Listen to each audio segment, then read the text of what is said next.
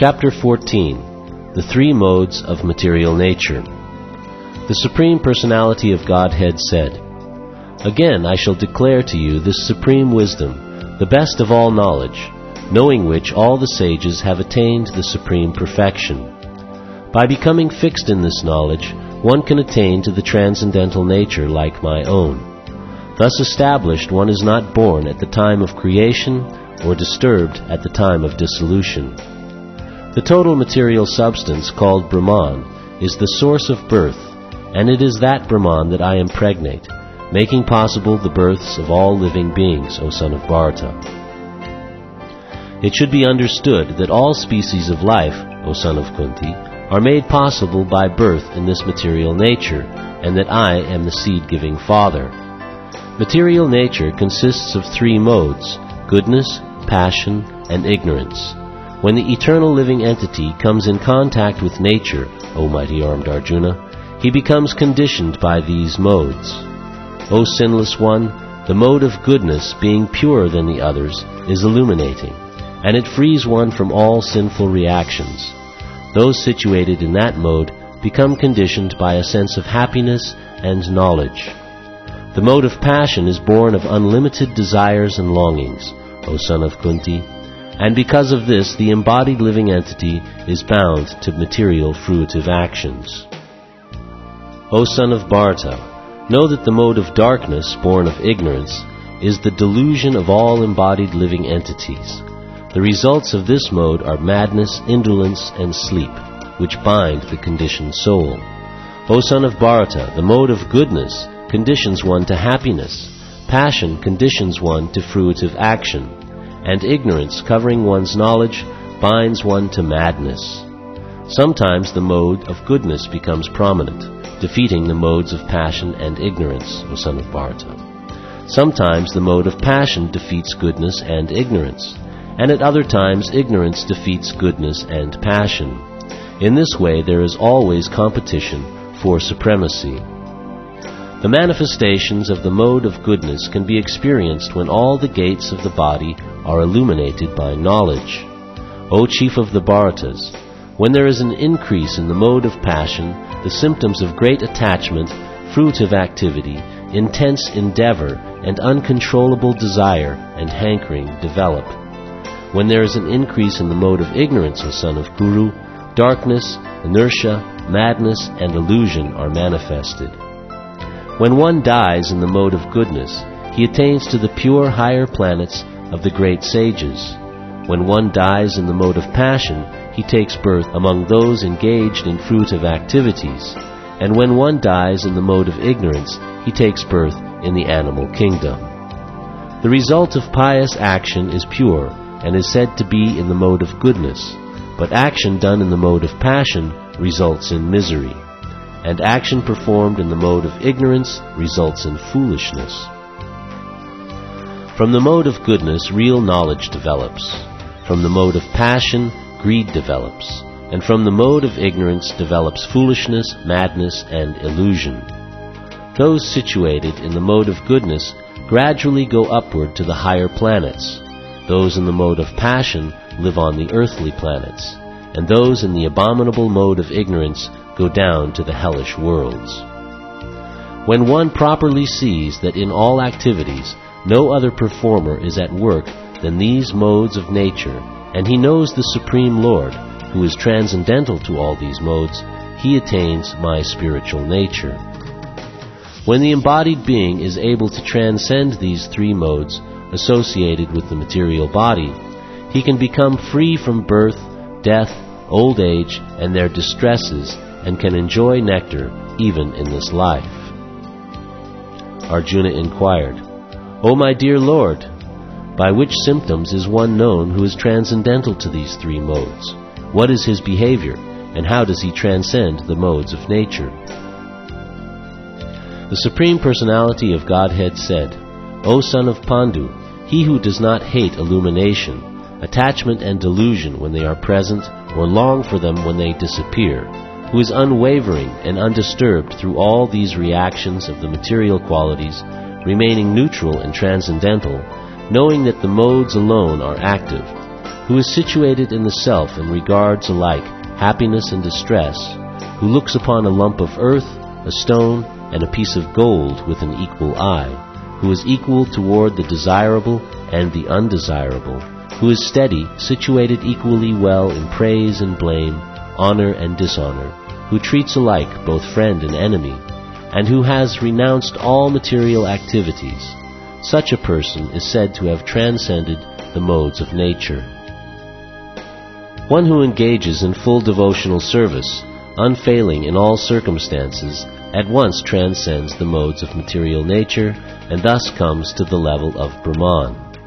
And I am the basis of the impersonal Brahman, which is immortal, imperishable, and eternal, and is the constitutional position of ultimate happiness.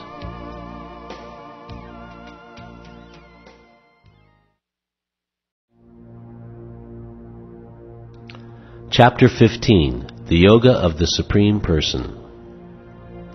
The Supreme Personality of Godhead said, "It is said that there is an imperishable banyan tree that has its roots upward and its branches down, and whose leaves are the Vedic hymns. One who knows this tree is the knower of the Vedas. The branches of this tree extend downward and upward, nourished by the three modes of material nature. The twigs are the objects of the senses. This tree also has roots going down, and these are bound to the fruitive actions of human society. The real form of this tree cannot be perceived in this world. No one can understand where it ends, where it begins, or where its foundation is. But with determination one must cut down this strongly rooted tree with the weapon of detachment.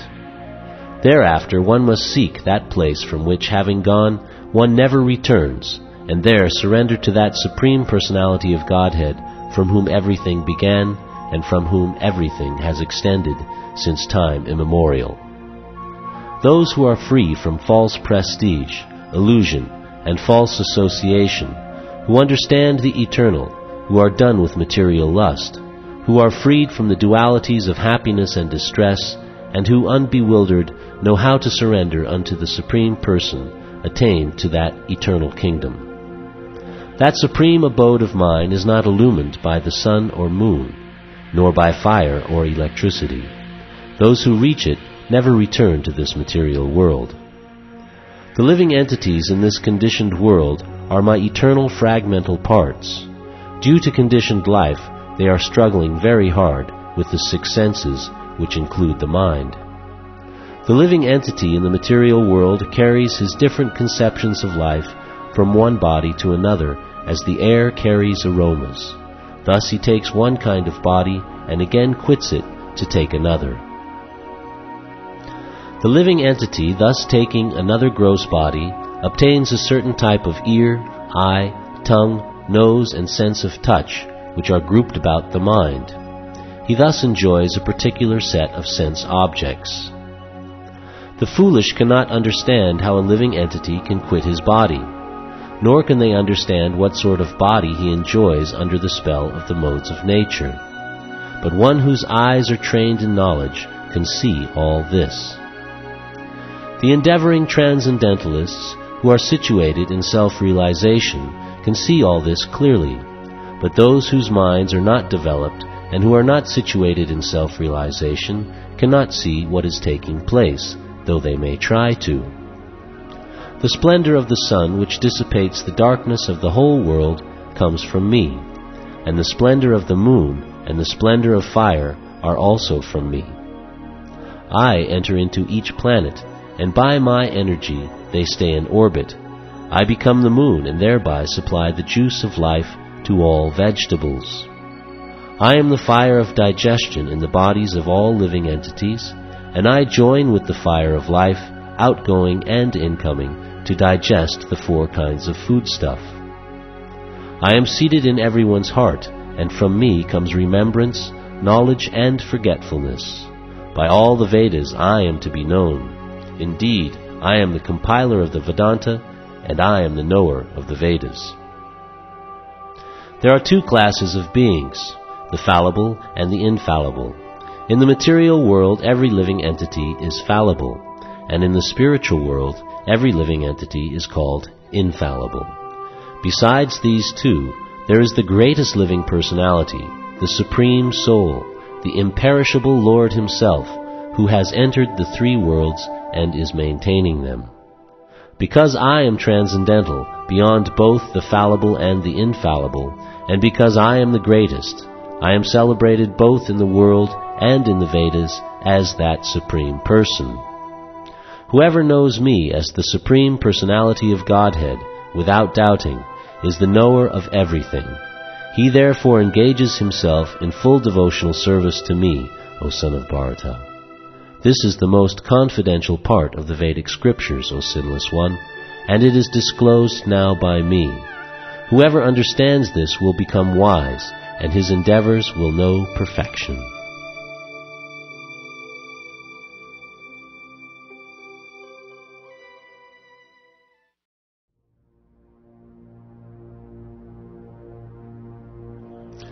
Chapter 16. The Divine and Demoniac Natures. The Supreme Personality of Godhead said, fearlessness, purification of one's existence, cultivation of spiritual knowledge, charity, self-control, performance of sacrifice, study of the Vedas, austerity, simplicity, non-violence, truthfulness, freedom from anger, renunciation, tranquility, aversion to fault-finding, compassion for all living entities, freedom from covetousness, gentleness, modesty, steady determination, vigor, forgiveness, fortitude, cleanliness, and freedom from envy and the passion for honor. These transcendental qualities, O son of Bharata, belong to godly men endowed with divine nature. Pride, arrogance, conceit, anger, harshness, and ignorance, these qualities belong to those of demoniac nature, O son of Pritha.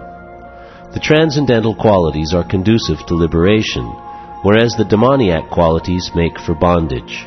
Do not worry, O son of Pandu, for you are born with the divine qualities. O son of Pritha, in this world there are two kinds of created beings. One is called the divine, and the other demoniac. I have already explained to you at length the divine qualities. Now hear from me of the demoniac. Those who are demoniac do not know what is to be done and what is not to be done. Neither cleanliness nor proper behavior nor truth is found in them. They say that this world is unreal, with no foundation, no God in control. They say it is produced of sex desire and has no cause other than lust. Following such conclusions, the demoniac, who are lost to themselves and who have no intelligence, engage in the unbeneficial, horrible works meant to destroy the world. Taking shelter of insatiable lust and absorbed in the conceit of pride and false prestige, the demoniac, thus illusioned, are always sworn to unclean work, attracted by the impermanent. They believe that to gratify the senses is the prime necessity of human civilization. Thus, until the end of life, their anxiety is immeasurable. Bound by a network of hundreds of thousands of desires and absorbed in lust and anger, they secure money by illegal means for sense gratification. The demoniac person thinks, so much wealth do I have today, and I will gain more according to my schemes. So much is mine now, and it will increase in the future, more and more. He is my enemy, and I have killed him, and my other enemies will also be killed. I am the Lord of everything. I am the enjoyer. I am perfect, powerful, and happy. I am the richest man, surrounded by aristocratic relatives. There is none so powerful and happy as I am. I shall perform sacrifices. I shall give some charity, and thus I shall rejoice. In this way, such persons are deluded by ignorance. Thus perplexed by various anxieties and bound by a network of illusions, they become too strongly attached to sense enjoyment and fall down into hell. Self-complacent and always impudent, deluded by wealth and false prestige, they sometimes proudly perform sacrifices in name only, without following any rules or regulations.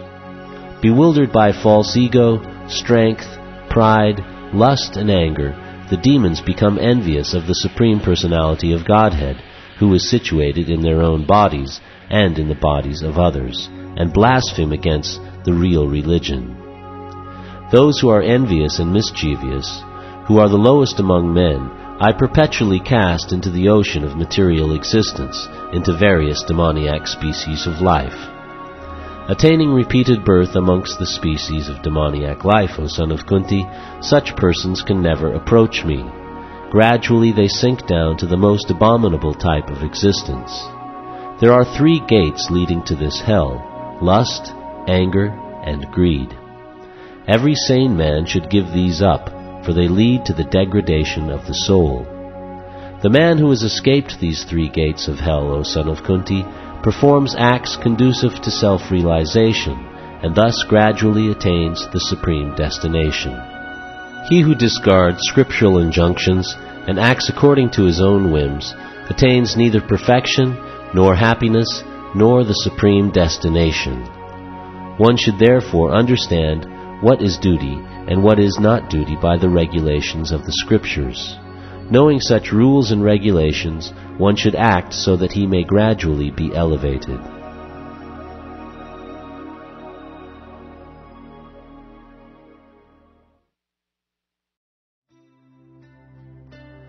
Chapter 17. The Divisions of Faith.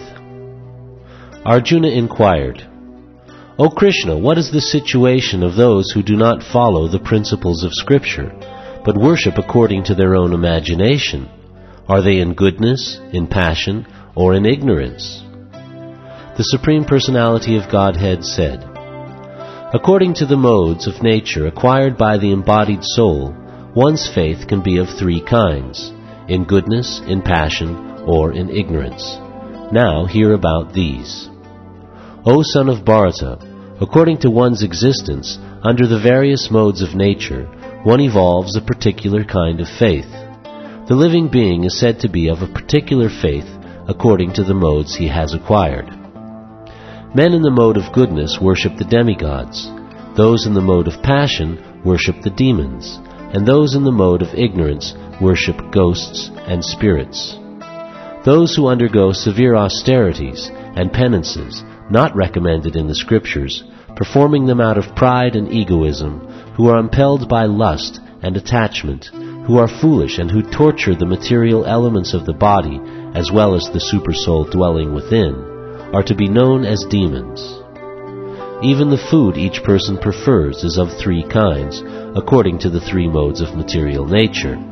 The same is true of sacrifices, austerities, and charity. Now hear of the distinctions between them. Foods dear to those in the mode of goodness increase the duration of life, purify one's existence, and give strength, health, happiness, and satisfaction. Such foods are juicy, fatty, wholesome, and pleasing to the heart. Foods that are too bitter, too sour, salty, hot, pungent, dry, and burning are dear to those in the mode of passion. Such foods cause distress, misery, and disease. Food prepared more than 3 hours before being eaten, food that is tasteless, decomposed and putrid, and food consisting of remnants and untouchable things, is dear to those in the mode of darkness. Of sacrifices, the sacrifice performed according to the directions of Scripture, as a matter of duty, by those who desire no reward, is of the nature of goodness. But the sacrifice performed for some material benefit, or for the sake of pride, O chief of the Bharatas, you should know to be in the mode of passion. Any sacrifice performed without regard for the directions of Scripture, without distribution of prasadam, spiritual food, without chanting of Vedic hymns and remunerations to the priests, and without faith, is considered to be in the mode of ignorance. Austerity of the body consists in worship of the Supreme Lord, the Brahmanas, the spiritual master, and superiors like the father and mother, and in cleanliness, simplicity, celibacy, and non-violence. Austerity of speech consists in speaking words that are truthful, pleasing, beneficial, and not agitating to others, and also in regularly reciting Vedic literature. and satisfaction, simplicity, gravity, self-control, and purification of one's existence are the austerities of the mind. This threefold austerity, performed with transcendental faith by men not expecting material benefits, but engaged only for the sake of the Supreme, is called austerity in goodness. Penance performed out of pride and for the sake of gaining respect, honor, and worship is said to be in the mode of passion. It is neither stable nor permanent. Penance performed out of foolishness, with self-torture, or to destroy or injure others, is said to be in the mode of ignorance. Charity given out of duty, without expectation of return, at the proper time and place, and to a worthy person, is considered to be in the mode of goodness. But charity performed with the expectation of some return, or with a desire for fruitive results, or in a grudging mood, is said to be charity in the mode of passion. And charity performed at an impure place, at an improper time, to unworthy persons, or without proper attention and respect, is said to be in the mode of ignorance. From the beginning of creation, the three words Om Tat Sat were used to indicate the supreme absolute truth. These three symbolic representations were used by Brahmanas while chanting the hymns of the Vedas and during sacrifices for the satisfaction of the Supreme. Therefore, transcendentalists undertaking performances of sacrifice, charity, and penance in accordance with scriptural regulations begin always with Om to attain the Supreme. Without desiring fruitive results, one should perform various kinds of sacrifice, penance, and charity with the word Tat. The purpose of such transcendental activities is to get free from material entanglement. The absolute truth is the objective of devotional service, and it is indicated by the word Sat. The performer of such sacrifice is also called Sat, as are all works of sacrifice, penance, and charity, which, true to the absolute nature, are performed to please the Supreme Person, O son of Pritha. Anything done as sacrifice, charity, or penance without faith in the Supreme, O son of Pritha, is impermanent. It is called asat, and it is useless both in this life and the next.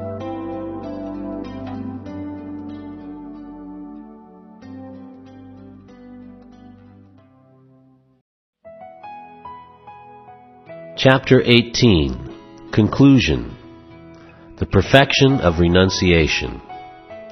Arjuna said, O mighty armed one, I wish to understand the purpose of renunciation, tyag, and of the renounced order of life, sannyas, O killer of the Keshi demon, master of the senses. The Supreme Personality of Godhead said, The giving up of activities that are based on material desire is what great learned men call the renounced order of life, sannyas, and giving up the results of all activities is what the wise call renunciation, tyag. Some learned men declare that all kinds of fruitive activities should be given up as faulty, yet other sages maintain that acts of sacrifice, charity, and penance should never be abandoned. O best of the Bharatas, now hear my judgment about renunciation. O tiger among men, renunciation is declared in the scriptures to be of three kinds. Acts of sacrifice, charity, and penance are not to be given up. They must be performed. Indeed, sacrifice, charity, and penance purify even the great souls. All these activities should be performed without attachment or any expectation of result. They should be performed as a matter of duty, O son of Pritha. That is my final opinion. Prescribed duties should never be renounced. If one gives up his prescribed duties because of illusion, such renunciation is said to be in the mode of ignorance. Anyone who gives up prescribed duties as troublesome or out of fear of bodily discomfort is said to have renounced in the mode of passion. Such action never leads to the elevation of renunciation. O Arjuna, when one performs his prescribed duty only because it ought to be done, and renounces all material association and all attachment to the fruit, his renunciation is said to be in the mode of goodness. The intelligent renouncer, situated in the mode of goodness, neither hateful of inauspicious work nor attached to auspicious work, has no doubts about work. It is indeed impossible for an embodied being to give up all activities, but he who renounces the fruits of action is called one who has truly renounced. For one who is not renounced, the threefold fruits of action, desirable, undesirable, and mixed, accrue after death. But those who are in the renounced order of life have no such result to suffer or enjoy. O mighty armed Arjuna, according to the Vedanta, there are 5 causes for the accomplishment of all action. Now learn of these from me. The place of action, the body, the performer, the various senses, the many different kinds of endeavor, and ultimately the supersoul. These are the 5 factors of action. Whatever right or wrong action a man performs by body, mind, or speech is caused by these 5 factors. Therefore, one who thinks himself the only doer, not considering the 5 factors, is certainly not very intelligent and cannot see things as they are.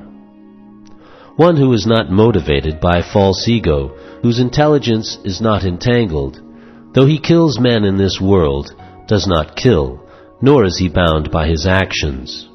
Knowledge, the object of knowledge, and the knower are the 3 factors that motivate action. The senses, the work, and the doer are the 3 constituents of action.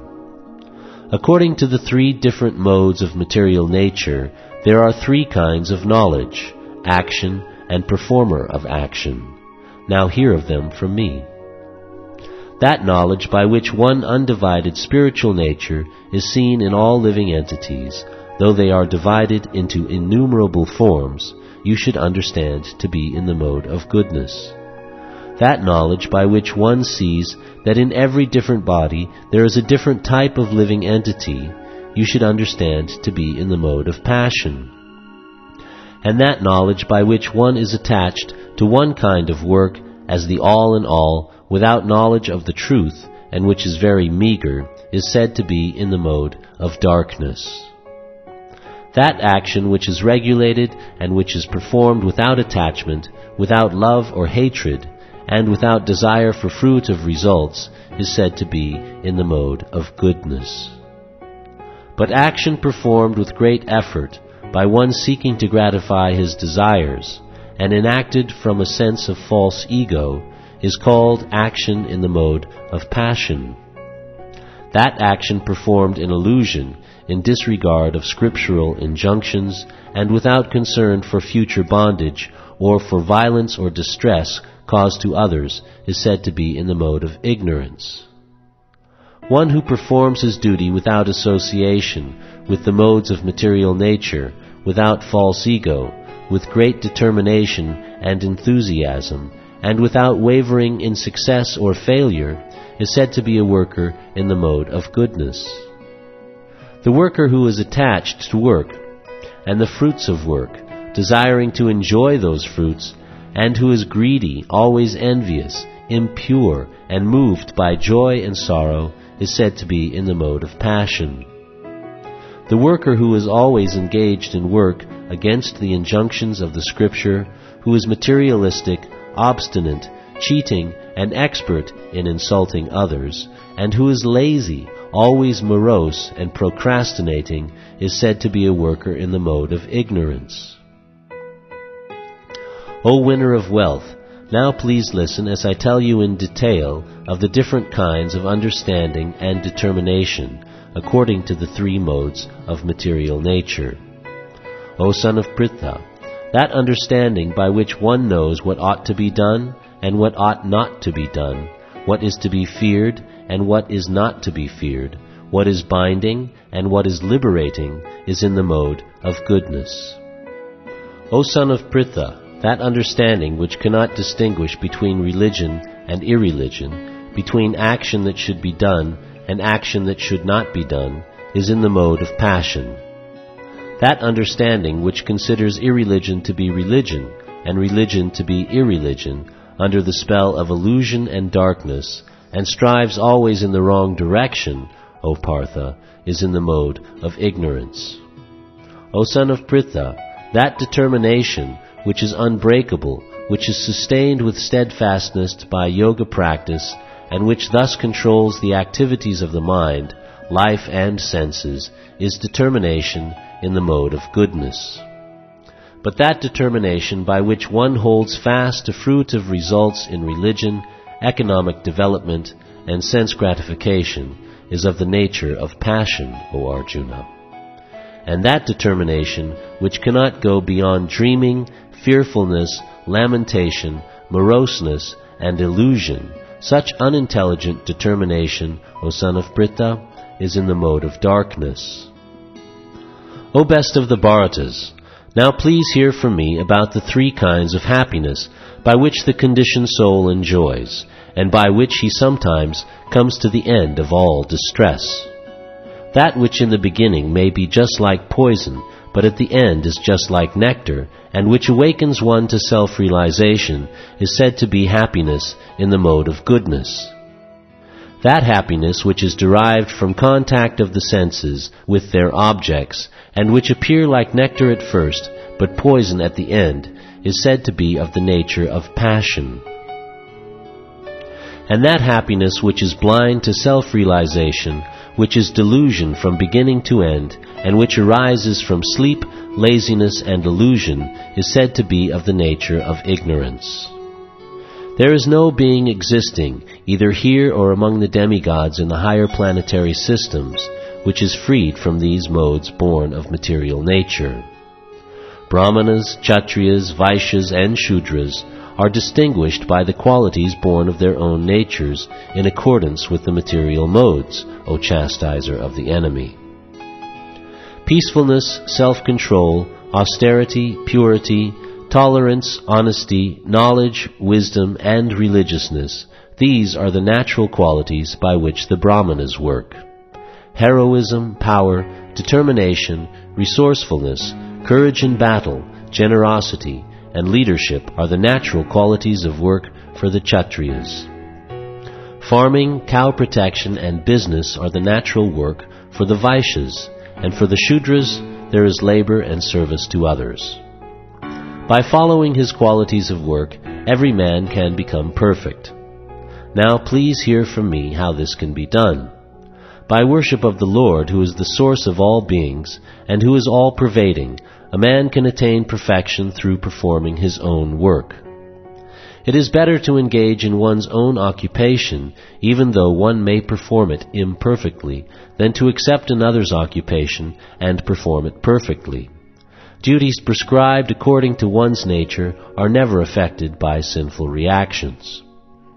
Every endeavor is covered by some fault, just as a fire is covered by smoke. Therefore, one should not give up the work born of his nature, O son of Kunti, even if such work is full of fault. One who is self-controlled and unattached, and who disregards all material enjoyments, can obtain, by practice of renunciation, the highest perfect stage of freedom from reaction. O son of Kunti, learn from me how one who has achieved this perfection can attain to the supreme perfectional stage, Brahman, the stage of highest knowledge, by acting in the way I shall now summarize. Being purified by his intelligence and controlling the mind with determination, giving up the objects of sense gratification, being freed from attachment and hatred, one who lives in a secluded place, who eats little, who controls his body, mind, and power of speech, who is always in trance, and who is detached, free from false ego, false strength, false pride, lust, anger, and acceptance of material things, free from false proprietorship, and peaceful, such a person is certainly elevated to the position of self-realization. One who is thus transcendentally situated at once realizes the Supreme Brahman and becomes fully joyful. He never laments or desires to have anything. He is equally disposed toward every living entity. In that state he attains pure devotional service unto me. One can understand me as I am, as the Supreme Personality of Godhead, only by devotional service. And when one is in full consciousness of me by such devotion, he can enter into the kingdom of God. Though engaged in all kinds of activities, my pure devotee, under my protection, reaches the eternal imperishable abode by my grace. In all activities, just depend upon me, and work always under my protection. In such devotional service, be fully conscious of me.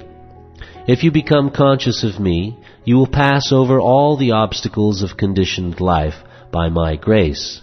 If, however, you do not work in such consciousness, but act through false ego, not hearing me, you will be lost. If you do not act according to my direction, and do not fight, then you will be falsely directed. By your nature, you will have to be engaged in warfare.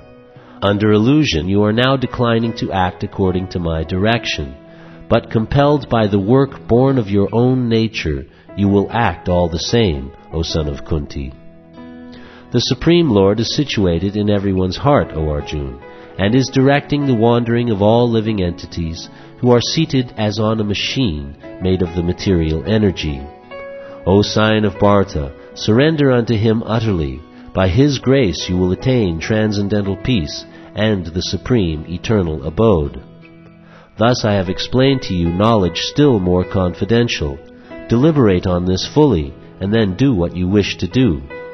Because you are my very dear friend, I am speaking to you my supreme instruction, the most confidential knowledge of all. Hear this from me, for it is for your benefit. Always think of me, become my devotee, worship me, and offer your homage unto me. Thus you will come to me without fail. I promise you this because you are my very dear friend. Abandon all varieties of religion, and just surrender unto me. I shall deliver you from all sinful reactions. Do not fear. This confidential knowledge may never be explained to those who are not austere or devoted or engaged in devotional service, nor to one who is envious of me. For one who explains this supreme secret to the devotees, pure devotional service is guaranteed, and at the end he will come back to me. There is no servant in this world more dear to me than he, nor will there ever be one more dear. And I declare that he who studies this sacred conversation of ours worships me by his intelligence. And one who listens with faith and without envy becomes free from sinful reactions and attains to the auspicious planets where the pious dwell. O son of Pritha, O conqueror of wealth, have you heard this with an attentive mind? And are your ignorance and illusions now dispelled? Arjuna said, My dear Krishna, O infallible one, my illusion is now gone. I have regained my memory by your mercy. I am now firm and free from doubt, and am prepared to act according to your instructions. Sanjaya said, Thus I have heard the conversation of two great souls, Krishna and Arjuna, and so wonderful is that message that my hair is standing on end. By the mercy of Vyasa, I have heard these most confidential talks directly from the master of all mysticism, Krishna, who is speaking personally to Arjuna. O King, as I repeatedly recall this wondrous and holy dialogue between Krishna and Arjuna, I take pleasure, being thrilled at every moment. O King, as I remember the wonderful form of Lord Krishna, I am struck with wonder more and more, and I rejoice again and again. Wherever there is Krishna, the master of all mystics, and wherever there is Arjuna, the supreme archer, there will also certainly be opulence, victory, extraordinary power, and morality. That is my opinion.